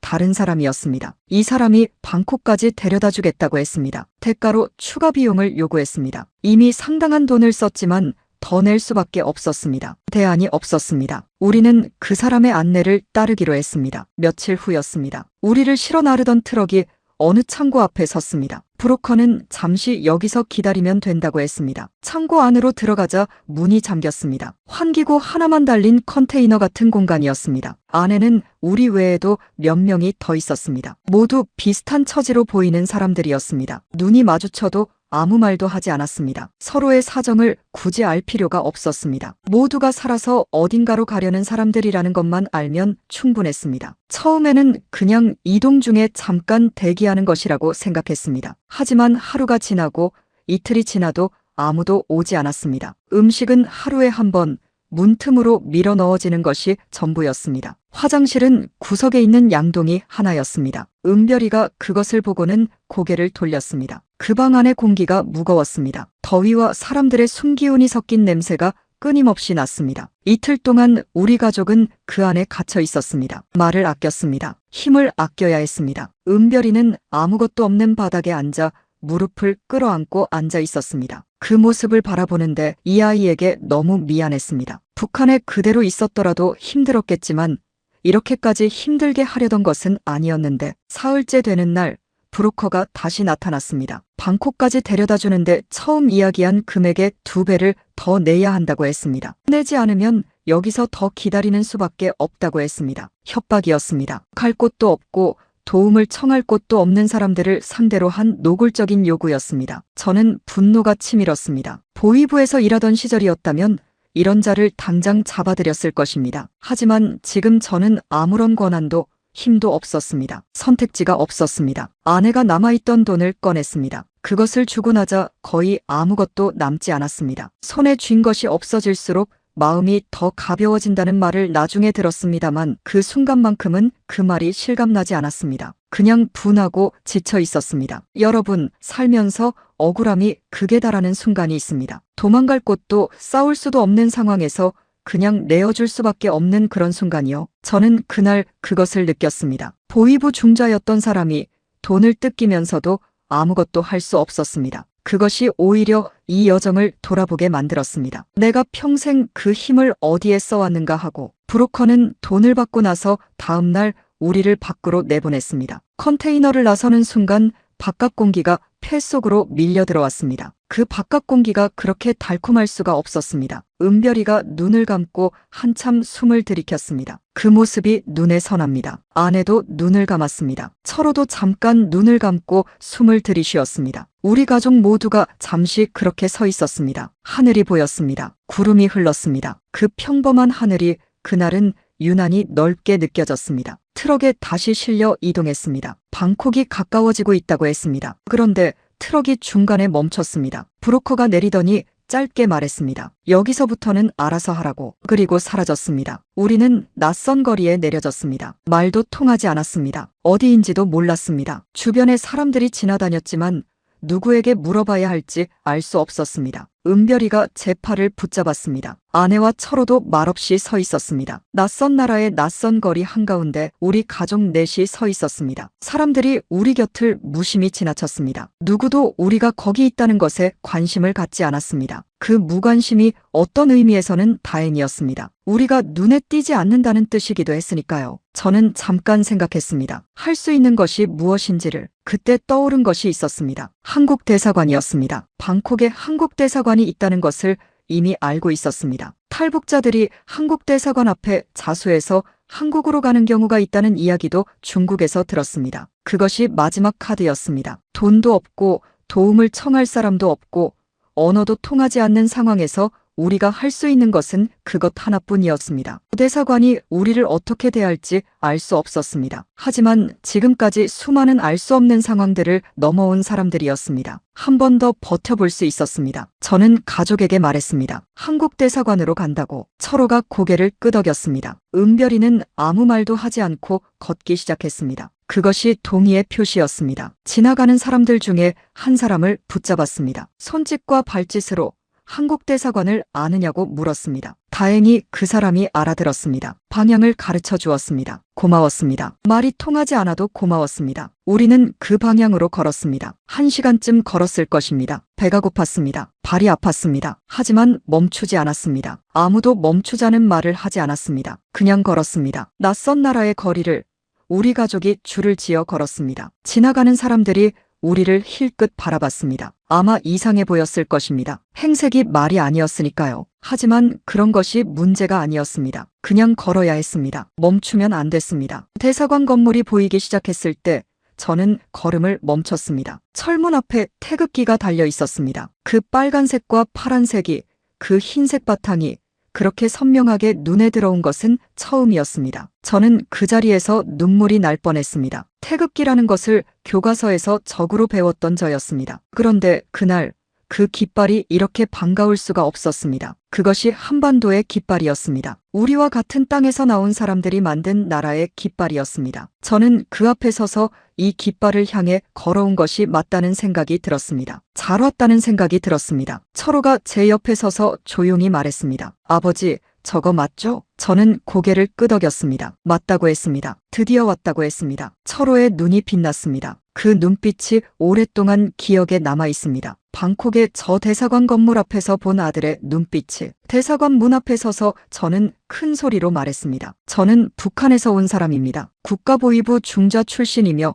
가족과 함께 탈북했습니다. 중요한 정보를 가지고 있습니다. 문을 열어주십시오. 잠시 침묵이 흘렀습니다. 문 안쪽에서 인터폰을 통해 목소리가 들렸습니다. 한국말이었습니다. 잠시 기다리시겠습니까? 하는 말이었습니다. 저는 그 말 한마디에 눈물이 쏟아졌습니다. 은별이가 제 손을 잡았습니다. 아내가 제 팔에 기댔습니다. 우리는 그렇게 그 문 앞에 서 있었습니다. 청진을 떠난 지 얼마나 됐는지 그 순간 정확히 기억이 나지 않았습니다. 두만강을 건너던 새벽이, 창고에서 버티던 날들이, 숲을 가로질러 걷던 것들이, 컨테이너 안의 냄새가 모두 한꺼번에 몰려왔습니다. 그리고 그 모든 것이 지금 이 순간으로 이어져 있었습니다. 이 문 앞에서 저는 살아서 여기까지 왔습니다. 그리고 제 가족도 모두 살아서 여기 있었습니다. 한국 대사관 문이 열렸습니다. 직원 2명이 나왔습니다. 저는 다시 한번 말했습니다. 저는 북한 국가안전보위부 청진시 지부 수사과 중좌 출신 리철민입니다. 가족과 함께 탈북했습니다. 보호를 요청합니다. 직원들은 우리를 안으로 안내했습니다. 대사관 안으로 들어서는 순간 저는 처음으로 숨을 제대로 내쉬었습니다. 두만강을 건넌 뒤로 처음으로 쫓기지 않아도 된다는 느낌이 드는 순간이었습니다. 은별이가 들어가면서 제 손을 꽉 쥐었습니다. 아무 말도 하지 않았습니다. 손만 쥐었습니다. 저도 그 손을 꽉 잡았습니다. 태국 당국과의 협의 절차가 시작되었습니다. 탈북자는 태국에서 일정 기간 억류된 뒤 한국으로 이송되는 과정을 거칩니다. 저희 가족도 그 절차를 밟았습니다. 몇 달이 걸렸습니다. 하지만 더 이상 쫓기는 것이 아니었습니다. 기다리는 것이었습니다. 그 차이가 컸습니다. 청진을 떠나 두만강을 건너고 중국과 미얀마와 태국을 거쳐오는 동안 하루도 편히 앉아 있을 수 없었습니다. 이제 비로소 앉아서 기다릴 수 있었습니다. 그리고 드디어 인천공항에 발을 내딛었습니다. 비행기에서 내릴 때 창밖으로 한국 땅이 보였습니다. 은별이가 창에 얼굴을 바짝 붙이고 바라봤습니다. 아무 말도 하지 않았습니다. 아내는 눈을 감고 있었습니다. 철호는 앞을 보고 있었습니다. 저는 그냥 그 광경을 바라봤습니다. 수십 년 동안 적이라고 배웠던 나라의 땅이었습니다. 그런데 이상하게도 낯설지 않았습니다. 같은 말을 쓰는 사람들이 살고 있는 땅이었습니다. 그 사람들이 우리를 맞아주고 있었습니다. 공항 입국장을 걸어 나오면서 저는 사람들의 얼굴을 하나하나 바라봤습니다. 바쁘게 걷고 짐을 끌고 전화를 받고 그 평범한 풍경이 낯설면서도 반가웠습니다. 이렇게 평범하게 사는 것이 바로 자유라는 것이구나 싶었습니다. 청진에서는 아침마다 출근하면서 오늘 내가 안전한지를 먼저 생각했습니다. 여기서는 그런 걱정을 하지 않아도 됐습니다. 그것이 얼마나 다른 삶인지는 겪어본 사람만 알 수 있습니다. 국가정보원 조사가 시작되었습니다. 저는 제가 알고 있는 것들을 모두 이야기했습니다. 보위부에서 20년간 쌓아온 정보들, 김한솔 관련 작전에서 제가 담당했던 역할들, 조직 구조와 인원 배치. 한국 정부는 그 내용에 큰 관심을 보였습니다. 조사는 수개월에 걸쳐 진행되었습니다. 긴 과정이었지만 저는 숨기지 않았습니다. 알고 있는 것을 모두 말하는 것이 과거의 잘못을 조금이라도 갚는 길이라고 생각했습니다. 하나원이라는 곳에서 우리 가족은 정착 교육을 받았습니다. 하나원은 탈북자들이 한국 사회에 적응할 수 있도록 돕는 교육기관입니다. 돈을 어떻게 쓰는지, 버스를 어떻게 타는지, 병원은 어떻게 가는지 이런 것들을 처음부터 배워야 했습니다. 어른이 되어서 세상의 기초를 다시 배우는 일이 쉽지 않았습니다. 하지만 부끄럽지 않았습니다. 살아있으니 배울 수 있었습니다. 처음에는 모든 것이 낯설었습니다. 마트에 가면 물건이 넘쳐났습니다. 북한에서는 없는 것을 사려고 줄을 서야 했는데 여기서는 있는 것이 너무 많아서 무엇을 골라야 할지 몰랐습니다. 은별이는 처음 편의점에 들어갔을 때 한참 동안 아무것도 고르지 못하고 서 있었습니다. 종류가 너무 많았습니다. 그 모습이 안쓰럽기도 하고 우습기도 하고 또 뭉클하기도 했습니다. 이 아이가 이제는 자유롭게 고를 수 있는 세상에 살게 되었구나 싶었습니다. 밤새 전기가 들어온다는 것도 처음에는 실감이 나지 않았습니다. 청진에서는 전기가 자주 끊겼습니다. 간부 아파트는 그나마 나은 편이었지만 그래도 예고 없이 꺼지는 일이 다반사였습니다. 그런데 여기서는 밤새 불이 켜져 있었습니다. 새벽 2시에도 3시에도. 처음 며칠은 잠을 자다가 불이 켜져 있는 것을 보고 깜짝 놀랐습니다. 아, 여기는 이렇구나. 그 당연한 것이 당연하지 않게 느껴졌습니다. 여기서는 수돗물도 아무 때나 나왔습니다. 따뜻한 물도 나왔습니다. 그 모든 것이 처음에는 신기했습니다. 말도 문제였습니다. 같은 한국말인데 억양이 달랐습니다. 단어가 달랐습니다. 제가 쓰는 표현들을 사람들이 알아듣지 못할 때가 있었습니다. 반대로 사람들이 하는 말 중에 모르는 것들이 많았습니다. 외래어가 많이 섞여 있었고 줄임말이 많았습니다. 사람들이 쓰는 음식 이름도 낯설었습니다. 어느 날 식당에서 메뉴판을 들여다보다가 아무것도 모르겠어서 그냥 옆 사람이 먹는 것을 손가락으로 가리켰습니다. 그때 아내가 웃었습니다. 오랫동안 보지 못했던 웃음이었습니다. 하나원 교육을 받으면서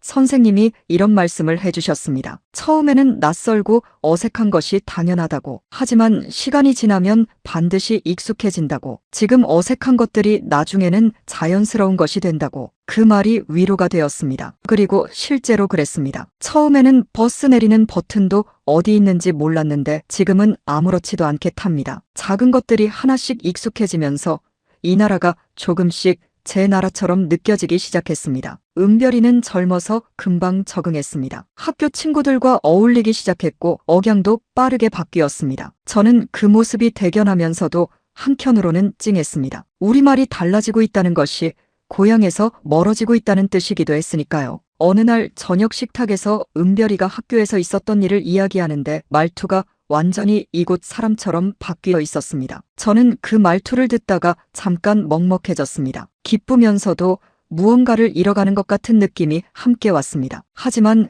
그것이 아이가 살아가는 방식이었습니다. 새 땅에서 새 뿌리를 내리는 것, 그것을 막을 수도 없었고 막아서도 안 됐습니다. 그러는 사이에도 제 마음 한켠에는 무거운 것이 자리하고 있었습니다. 죄책감이었습니다. 보위부에서 일하는 동안 제가 만들어낸 보고서들이 수많은 사람들을 힘들게 했을 것이었습니다. 제가 잡아들인 사람들, 그들의 가족들, 그 기억이 어떤 날에는 갑자기 밀려왔습니다. 편안한 이불 속에 있을 때, 따뜻한 밥을 먹을 때 문득 그 얼굴들이 떠올랐습니다. 한국에서 안락한 생활을 하면서 그 기억이 떠오를 때 저는 이 행복이 온전히 제 것이 될 수 있는지 물었습니다. 저는 통일부에서 주관하는 증언 자리에도 나갔습니다. 북한 내부의 실상을 알리는 자리였습니다. 제가 직접 겪어본 것들을 이야기했습니다. 그것이 속죄의 방법인지 아닌지는 모릅니다. 하지만 제가 알고 있는 것을 숨기지 않고 드러내는 것이 제가 지금 할 수 있는 유일한 일이었습니다. 그 물음에 대한 답을 저는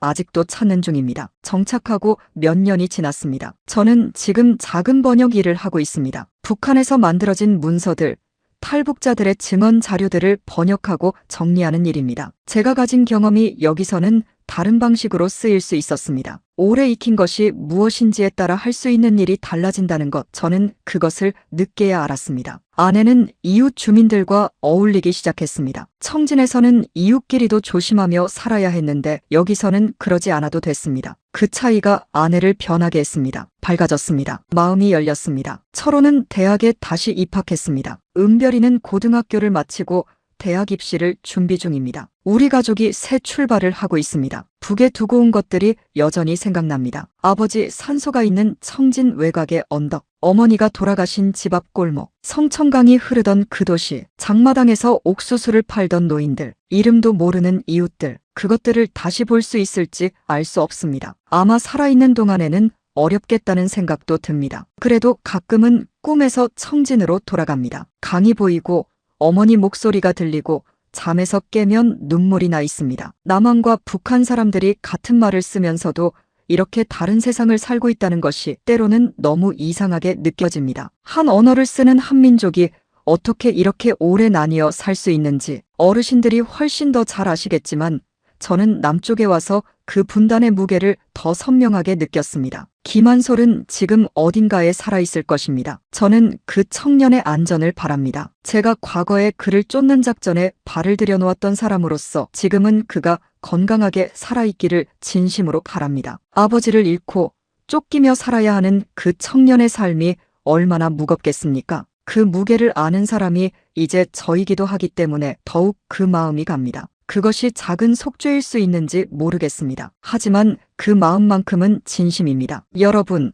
저는 오늘 이 자리에서 제 이야기를 드렸습니다. 자랑스러운 이야기가 아닙니다. 부끄러운 부분이 더 많습니다. 하지만 그것이 제가 걸어온 길이고 그 길을 통해 지금 이 자리에 서 있습니다. 한반도가 나뉜 지 너무 많은 세월이 흘렀습니다. 그 세월 동안 얼마나 많은 사람들이 가족을 잃고 고향을 잃고 자유를 잃으며 살아왔는지 저도 그중 하나였습니다. 혹시 이 자리에 6.25를 기억하시는 분들, 이산 가족이신 분들이 계신다면 그분들의 아픔과 제 아픔이 뿌리는 같다고 생각합니다. 분단이라는 이름의 고통입니다. 저는 가끔 생각합니다. 만약 한반도가 하나였다면 제 삶은 어떻게 달랐을까? 보위부에 들어가지 않았을 수도 있습니다. 아이들이 이렇게 힘든 여정을 겪지 않아도 됐을 수도 있습니다. 아버지 산소를 두고 떠나지 않아도 됐을 수도 있습니다. 그런 가정이 의미가 없다는 것을 알면서도 가끔은 그 생각에 잠기게 됩니다. 분단이 개인의 인생을 얼마나 바꿔놓는지를 저는 살면서 온몸으로 겪었습니다. 통일이 되면 저는 청진으로 가겠습니다. 성천강 옆 둑길을 다시 걷겠습니다. 아버지 산소 앞에 앉아서 이 이야기를 처음부터 끝까지 다 드리겠습니다. 살아서 잘 왔다고, 가족 모두 건강하게 있다고 그 말을 하는 날이 오기를 저는 매일 기다리고 있습니다. 지금도 가끔 아내와 이런 이야기를 합니다. 통일이 되면 어디부터 가겠냐고. 아내는 청진 냉면부터 먹겠다고 합니다. 은별이는 할머니 산소에 먼저 가겠다고 합니다. 철호는 말없이 웃습니다. 우리 가족이 함께 그 이야기를 나눌 수 있다는 것이 그것만으로도 지금 저는 감사합니다. 마지막으로 한 말씀만 드리겠습니다. 자유라는 것이 얼마나 소중한 것인지 저는 그것을 잃어버렸다 다시 찾으면서 알았습니다. 당연하게 여겨지는 모든 것들이 사실은 당연한 것이 아닙니다. 이 나라에서 마음껏 숨쉬고 마음껏 말하고 가고 싶은 곳을 갈 수 있다는 것, 그것이 얼마나 귀한 일인지를 부디 잊지 마시기 바랍니다. 저는 그 소중함을 너무 늦게 알았습니다. 하지만 이제라도 알았으니 그것이 다행입니다. 끝까지 들어주셔서 진심으로 감사합니다.